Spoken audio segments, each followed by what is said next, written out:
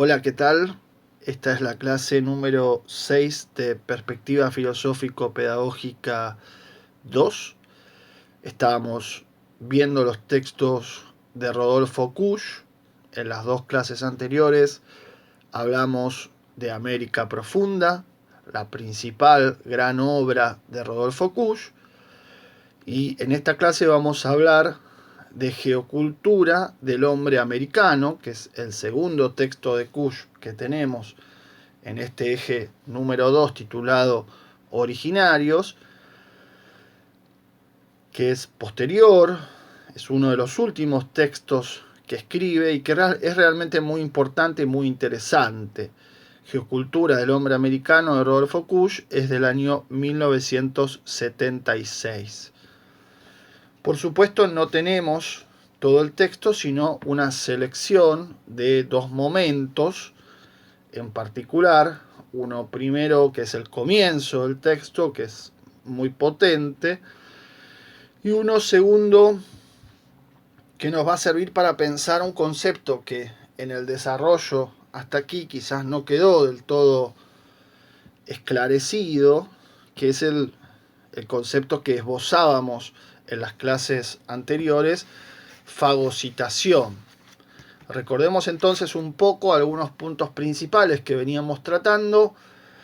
Kusch se propone investigar lo americano, incluso de manera antropológica, ¿no? Con una suerte de trabajo de campo, y encuentra una dialéctica entre dos polos, el ser y el ser alguien y el estar no más, dos lógicas, dos formas de vivir, dos valoraciones, dos tipos de arte.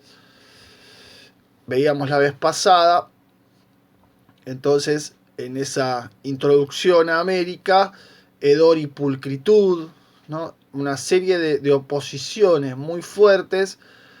Una parte de nuestra identidad cultural proviene entonces de la colonización, y es esta lógica del ser que busca dominar y explotar la naturaleza, sobresalir, transformar. Y otra parte viene de nuestro componente originario, y por eso Kusch entra dentro de este bloque, ¿no? El de reivindicación de la identidad de los pueblos originarios en nosotros, no como algo ajeno a nosotros. Este segundo punto, entonces, el estar es una suerte, digamos, de lógica estática, amalgamada con el medio ambiente y no buscando dominar la naturaleza, porque la naturaleza es sagrada. Esto ya lo veíamos en los textos anteriores de Reyes y Esterman. Es un estar nomás, un estar para el fruto, un estar que no deja de expresar el miedo original. Hoy estamos, mañana no, ¿no? Es esta cuestión de el miedo a perderlo todo, dice Kusch, ¿no? Que esto es la ira social, perdón, la ira divina, que se manifiesta sobre todo en, quien, en quien esté dispuesto a verla, digamos. Esa ira divina, que es el rayo, el trueno, la inundación, ¿no? Uno dice, bueno, pero ahora en la ciudad estamos, pero fíjense, a veces cuando llueve la gente sale huyendo como si fuera una lluvia ácida. Es decir, el miedo a perderlo todo es esa sensación de recordar por un momento que la vida no la tenemos asegurada, pese a lo que tratamos de armarnos para ella, para enfrentarla, ¿no? Una suerte de plan, dice Kusch, de seguridades, hoy llamaríamos una zona de confort, y sin embargo, de golpe, eso cae y no está para nada asegurado. Pese a todas nuestras armazones. Bueno, eso es lo que genera justamente el miedo original, esta suerte de conmoción que todos tenemos por el simple hecho de vivir. y de saber que hoy estamos y mañana no. En esa dialéctica americana de los dos polos, ser y estar, nos quedaba un tercero que Kush plantea al modo de síntesis, que es la palabra fagocitación, de la cual hablamos algo, señalamos. Fagocitar quiere decir comer, no en un sentido literal, sino en el sentido más metafórico de absorber culturalmente, pero absorber al mismo tiempo implica transformar. Es decir, darle toda nuestra impronta, toda nuestra caracterización. Y esa fagocitación entonces es una síntesis, pero en realidad no es una síntesis en el sentido de la dialéctica tradicional. La dialéctica tradicional que viene de Platón y reaparece en la modernidad, particularmente con Hegel, pero también con Marx, plantea tres momentos, ¿no? Una tesis, una afirmación, una antítesis o negación de la afirmación, y ahí está la lucha, la oposición, y una síntesis como una tercera instancia que supera y contiene a las dos anteriores. La síntesis entonces incorpora la negación, incorpora lo contrario de sí y se enriquece en una suerte de síntesis superadora.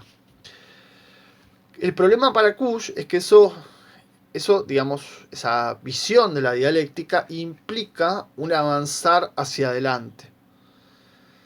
Y él entiende que ese avanzar hacia adelante es más del dominio de la lógica del ser, ¿no? Y no puede haber síntesis del lado del ser porque el ser reprime, expulsa, ¿no? Niega, desprecia. Por eso hablábamos de dor y pulcritud. Todo lo que no sea correspondiente a su característica. Vamos a ver más adelante otro autor, Enrique Dussel, otro gran filósofo latinoamericano, que dice, claro, el ser, digamos, en términos de Kush, el sí mismo, en términos de Dussel, expulsa al otro, impide lo distinto, lo diferente. Y entonces, claro, el punto acá es que avanzar para Kush, sintetizar, en realidad no es ir para adelante, es ir para atrás. Y este concepto de salto atrás aparece acá muy fuertemente en Geocultura del Hombre Americano. Y me parece que explica mejor la fagocitación. La fagocitación implica en realidad recuperar nuestra identidad originaria, nuestra identidad con los pueblos originarios. Y entonces no es unir hacia adelante, es unir hacia atrás a recuperar justamente aquello que creíamos que estaba aniquilado y que no formaba parte de nuestra identidad, sino de algo que nos es ajeno.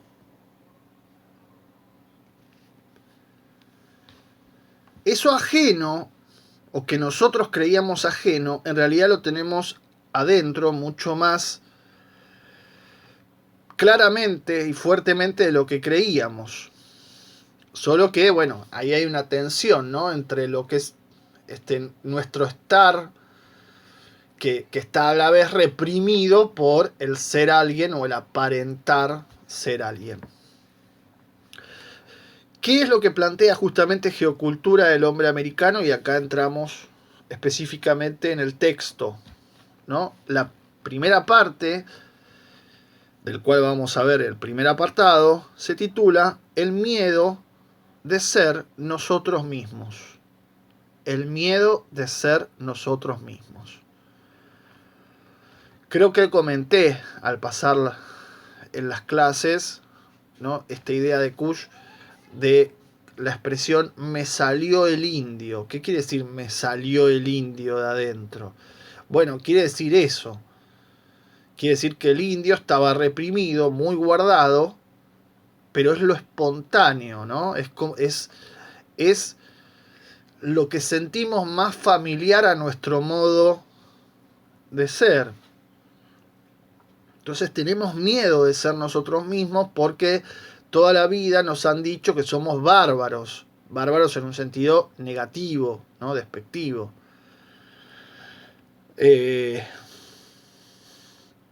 Tenemos miedo de ser nosotros mismos porque ese nosotros mismos implica el hedor, lo sucio, el subsuelo.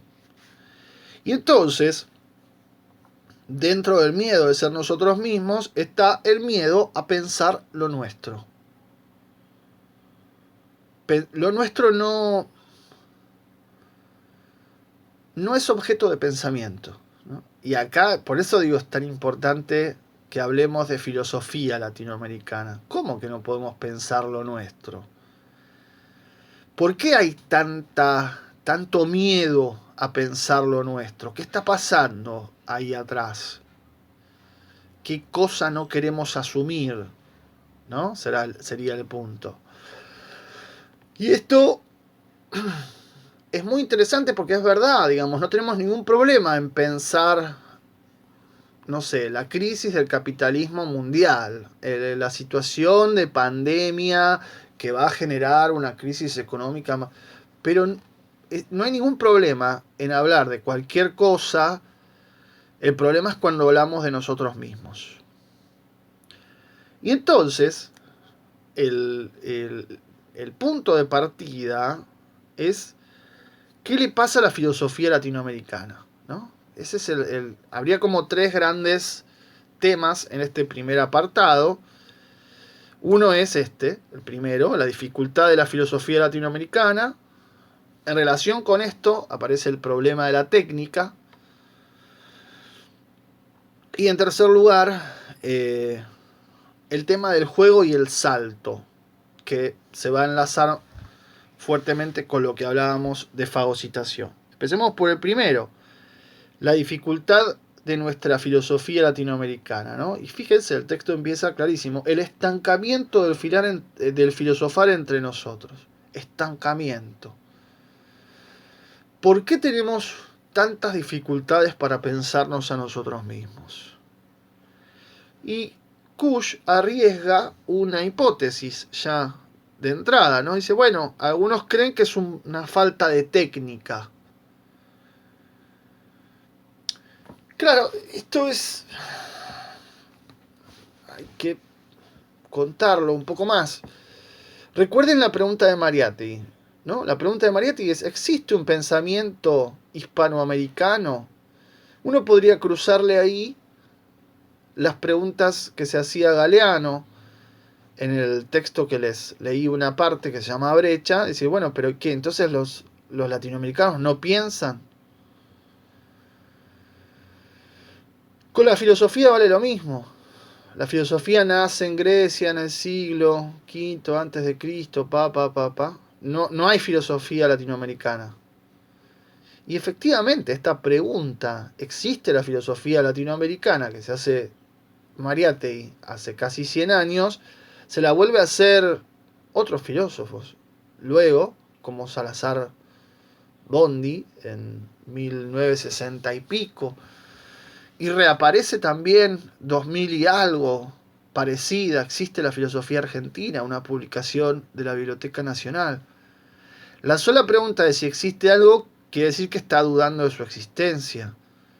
Y entonces todos los que se ponen, todos los que queremos filosofar desde Latinoamérica, nos vemos obligados a tener que justificar todo el tiempo desde dónde y cómo, metódicamente, ¿no? ¿Cuál es nuestro método? ¿Cuál es nuestra técnica? ¿Por qué es legítimo filosofar desde Latinoamérica? Y esto es un enorme problema. Y además, no solo eso, sino que están expuestos a, o bien, todas las críticas de los latinoamericanos que piensan con cabeza europea y entonces niegan la idea de que pueda haber una filosofía latinoamericana, o bien la ignorancia del mundo que no le importa realmente qué le pasa a Latinoamérica. Con lo cual, de una u otra manera, la filosofía está estancada. Pero si fuera un problema de técnica, ¿no? Acá la palabra técnica es un poco confusa, pero refiere a método. ¿Será que nos falta un método, que somos como muy caóticos? ¿No? Uno podría decir que estamos condenados a hacer las cosas mal porque somos sedientos, somos gente de color. ¿Y qué es un método? Bueno, es la fijación de determinados pasos, ¿no? Como una suerte de receta. Primero tenés que hacer esto, después tenés que hacer lo otro, después tenés que hacer lo otro. Y si no tenemos eso, pareciera que no podríamos filosofar. Sin embargo, el método no viene antes del filosofar. El método es, una vez que se desarrolla el pensamiento, hay una reflexión sobre el método. Esto lo hace, por ejemplo, mismo Descartes o Kant, por ejemplo, filósofos que ustedes pueden haber visto en la Filosófico-Pedagógica 1, la reflexión sobre el, o Hegel también, reflexión sobre el método viene después de desarrollar, porque si no pareciera ser que la receta habilita y el contenido no importa, digamos, ¿no?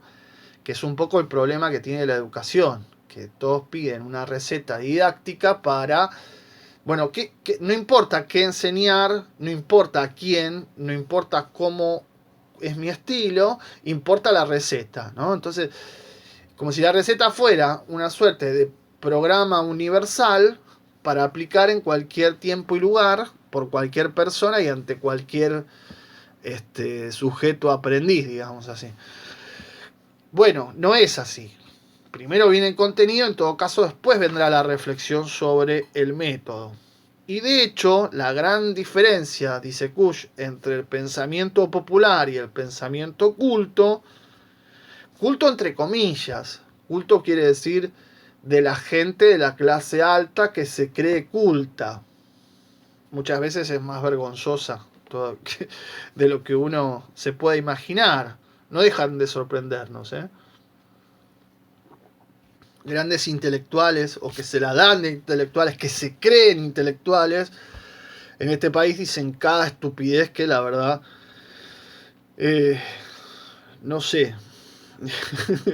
No sé en qué categoría ponerlo. Bueno, entonces el pensamiento popular para Kusch es espontáneo, no pide permiso, se expone, se presenta, es genuino, es original.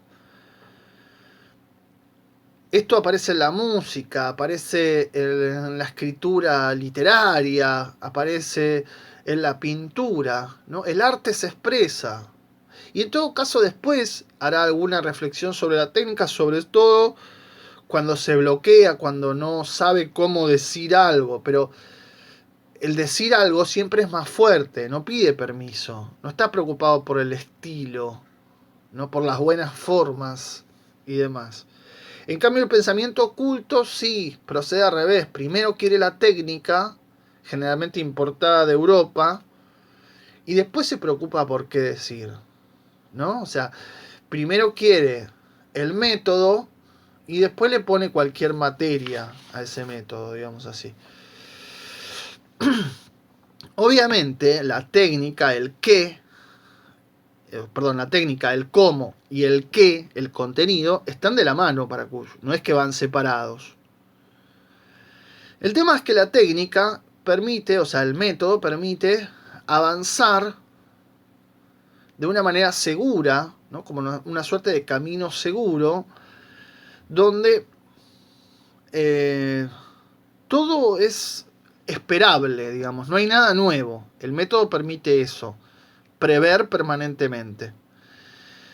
Y de hecho la academia, dice él, está todo el tiempo el método. El academicismo es eso, ¿no? Se encierra en técnicas, en modos, en modas también, modos y modas de filosofar que vienen de afuera. Las copia y eso le genera regocijo. Por eso, claro, cuando hay que pensar a nosotros mismos, o sea, podemos hablar de la cultura, no sé, 10.000 horas, pero cuando tenemos que hablar de nuestra cultura, ahí arde Troya, ¿no? Queman las papas. ¿Y por qué está todo este miedo? Bueno, porque no tenemos ningún problema en imitar, ese es el mandato, ¿no? Imitar, aunque lo hagamos mal, tratando de hacerlo bien, no tenemos ningún problema, pero cuando tenemos que mirarnos a nosotros mismos, ahí aparece el miedo y sobre todo la amenaza a que todo sea falso y caótico, ¿no? Esto es lo interesante.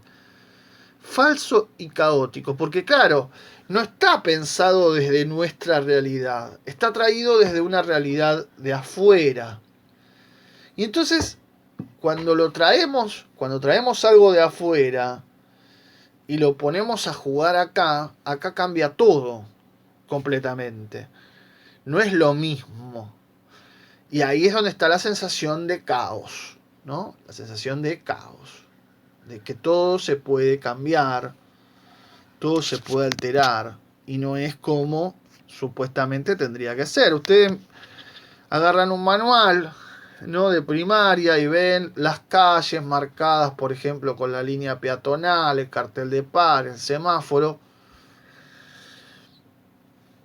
y la gente que cruza cuando el semáforo se lo indica.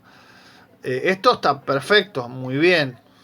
Los europeos lo respetan de manera a rajatabla, ¿no? A tal punto que si uno se distrae, pisa un pie en la calle, el auto, no sé cómo, aunque venga a 90, frena y frena. Acá, obviamente no. ¿Dónde hay sendas peatonales? Díganme. ¿Dónde hay semáforos respetados? Todo es caótico. Todo, o sea, la ley es algo que todo el tiempo se tensiona para ver si funciona o no, porque no se respeta.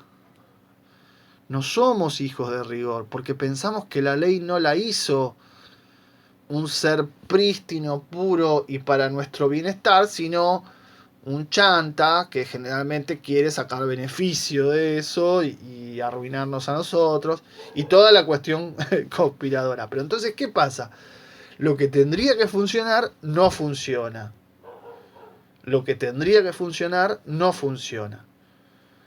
Sabemos que los parámetros culturales de afuera, en nuestro caso, empiezan a distorsionarse y a hacerse completamente distintos. Y acá aparecen, esto no lo dice Kush, lo agrego yo, aparecen como dos tendencias, las dos son malísimas. Lo vamos a ver en su momento cuando veamos el texto de Galazo allá más adelante. Dos tendencias que son ridículas. Una es el extremo de la autodenigración, ¿no? Somos lo peor, hacemos todo mal. Bueno, ese es el hedor, ¿no? Lo hediondo.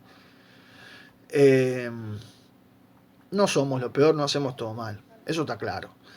Y la otra, tan ridícula como esta, es la de creer que hacemos todo bien, que somos los mejores, ¿no? Ese nacionalismo berreta, muy barato, torpe, ¿no? De creernos, pero acá, bueno. Ninguna de las dos va. Hay que abandonar las dos ridiculeces. Aún así, ¿no? Todo es falso, todo es caótico. Cuando queremos ser ordenados, no somos ordenados, claramente. El problema de la técnica, dice Kush, es que se aplica solo a lo visible. Lo visible es el ente, ¿no? Las cosas, lo que se pueden ver, tocar, lo que está ahí, lo que es. Pero el problema es que lo no visible, o sea, lo invisible, queda afuera. Y el ejemplo que pone acá es el indigenismo.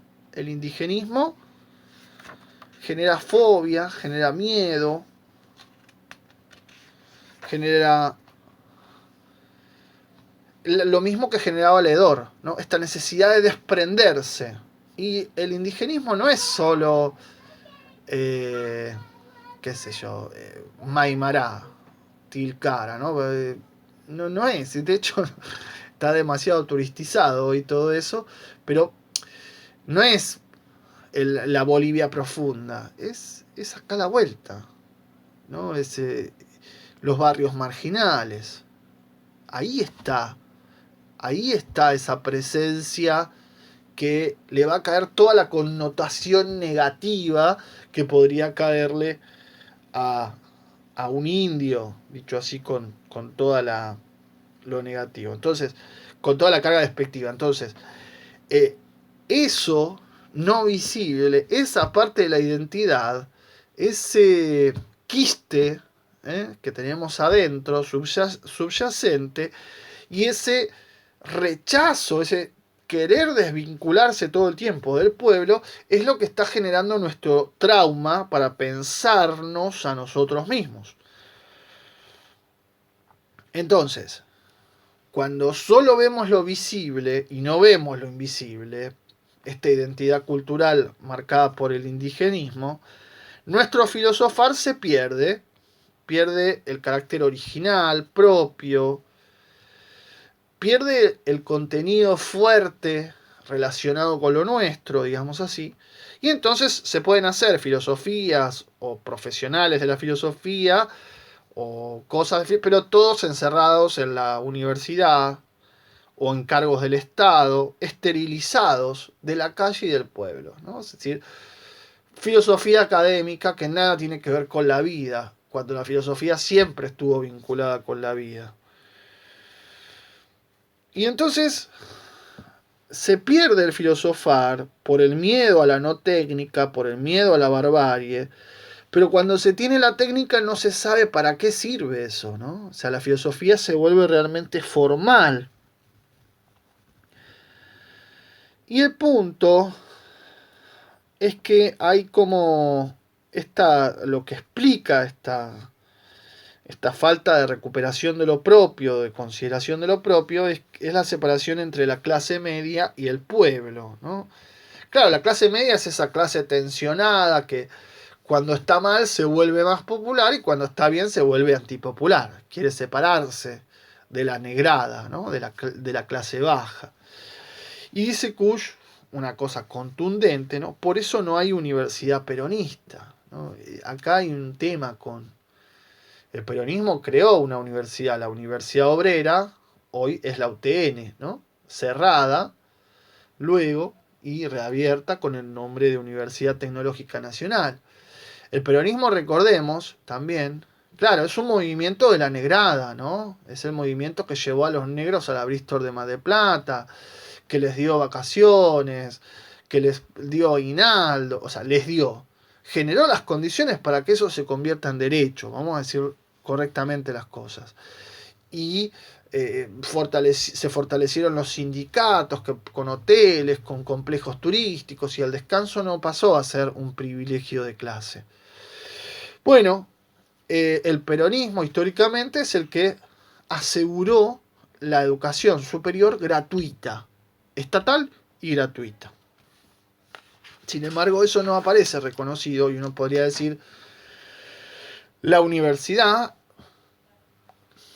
con sus más y sus menos, estoy haciendo gestos, ¿no? Pero en su gran mayoría es una universidad antiperonista. Antiperonista.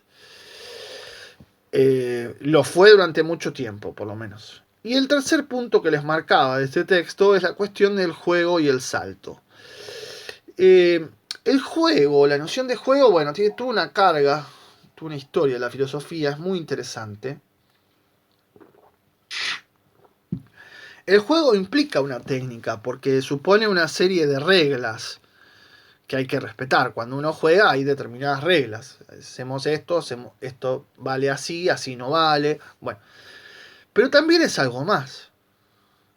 También es algo más, ¿no? O sea, tiene una parte no visible, dice Kush, que se hace visible con el juego. ¿Y por qué? ¿Qué es la parte no visible? La parte no visible es la creación, ¿no? O sea, el fútbol tiene una regla, sí, hay que pegarle la pelota con el pie dentro de un determinado cerrado, un rectángulo cerrado, y hay un par de lugares donde uno solo de cada bando puede tocar la pelota con la mano, el resto no.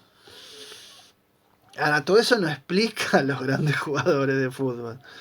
La creatividad, ¿no? Todo eso está muy bien, pero la creatividad de jugar es mucho más que eso y es mucho Es una recreación permanente, además.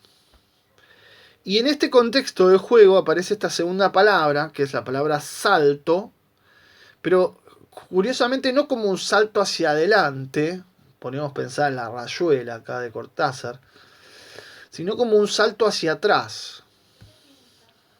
Y este salto hacia atrás significa un regreso o un retorno, y eso es avanzar. O sea, en realidad avanzar, superar, sintetizar, no es ir para adelante, sino ir para atrás, a recuperar algo y a reconectarse con algo, con lo popular, con las raíces, con el suelo, que estaba negado en todo esto. Y por eso es un ab origine. Y acá la palabra aborigen en su momento, al comienzo de este curso, la mencionamos. La palabra aborigen, algunos la reivindican y otros no, porque el origen de la palabra aborigen es un poco difuso y discutido. El prefijo ab puede significar desde o de, o sea, hacer referencia a los primeros habitantes de un lugar que estaban desde el origen, ¿no? En ese lugar. Y de hecho ese es el significado más admitido de la palabra aborigen.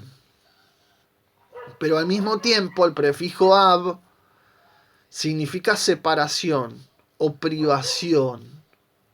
Y entonces uno podría entender que aborigen es el que no tiene origen, o el que fue separado del origen.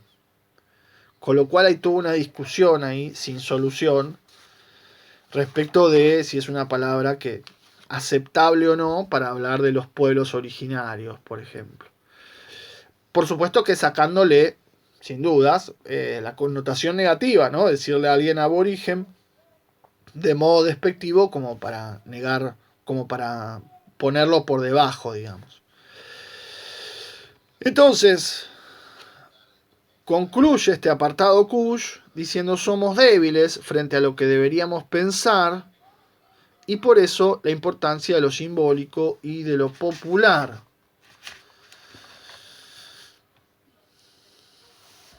Esta es la idea, ¿no? Es que somos débiles frente a la totalidad de lo que deberíamos pensar. Página 17 arriba, ¿no? De ahí la importancia de lo simbólico, pero a nivel pueblo. No tenemos que preocuparnos por la técnica, sino por el contenido.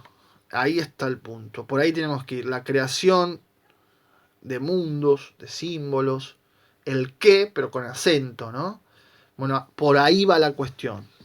Está diciendo Kush en este comienzo de un texto que, bueno, tiene más momentos internos. Bien, bueno, ahora tenemos un salto de páginas y entramos en la segunda parte del texto que se titula Aproximación a una geocultura, ¿no? O sea, una cultura localizada según la Tierra. Sería el punto de explicación de el título del libro, ¿no? Y esta parte se titula La cultura en América y nosotros arrancamos en un apartado, la página 103, que se titula Americanización de la cultura. Tomamos este significado acá de americanización como un sinónimo de fagocitación.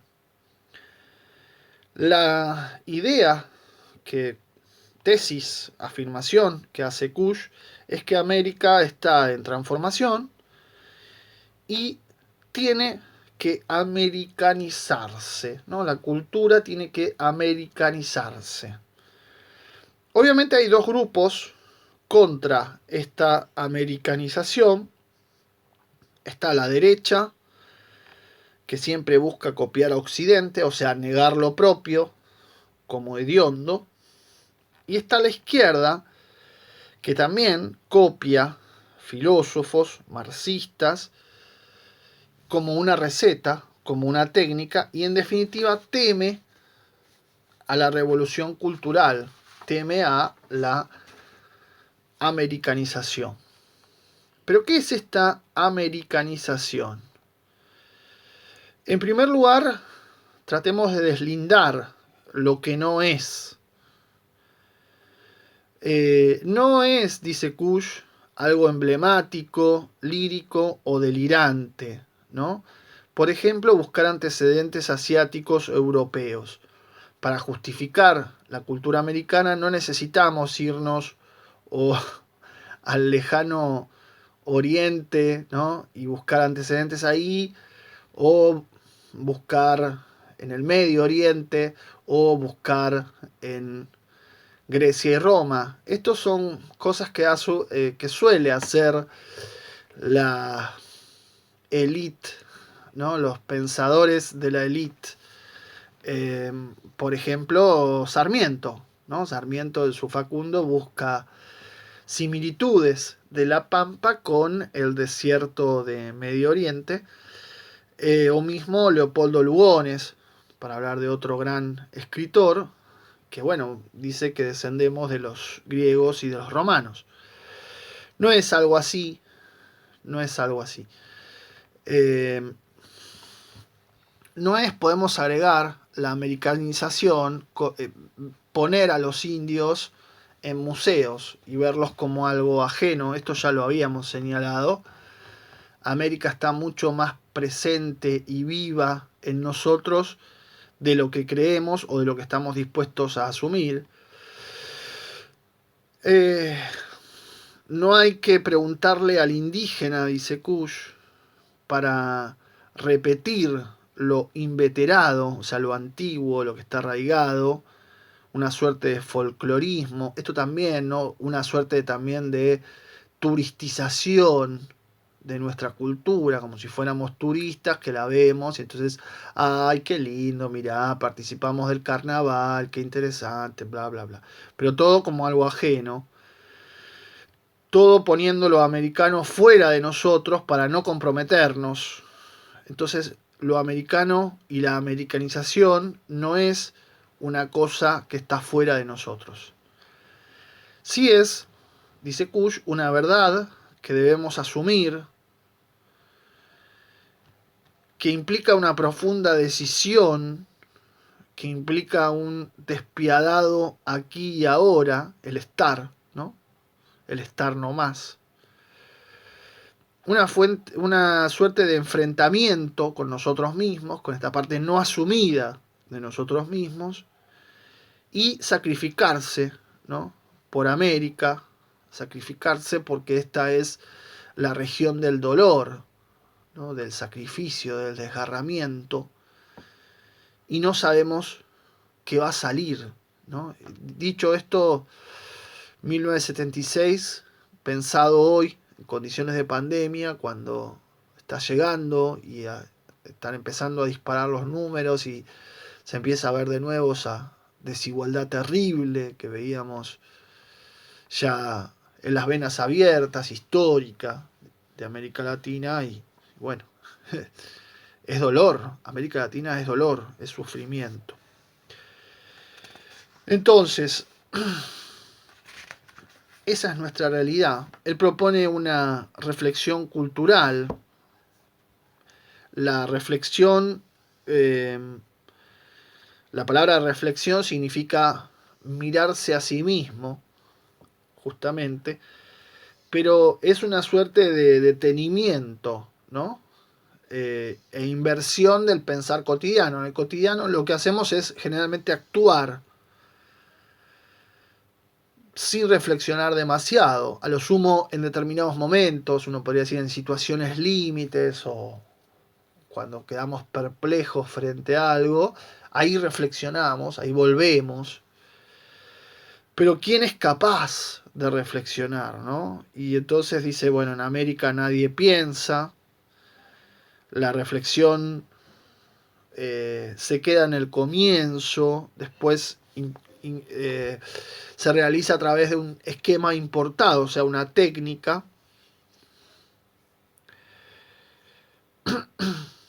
Y por detrás y por debajo de todo eso hay un rincón, una suerte, digamos, de rincón oscuro de nosotros mismos, en donde nos preguntamos qué somos realmente, quiénes somos o qué somos realmente nosotros los latinoamericanos, y esa pregunta es terrible, ¿no? No tenemos respuesta, no sabemos nada de nosotros mismos,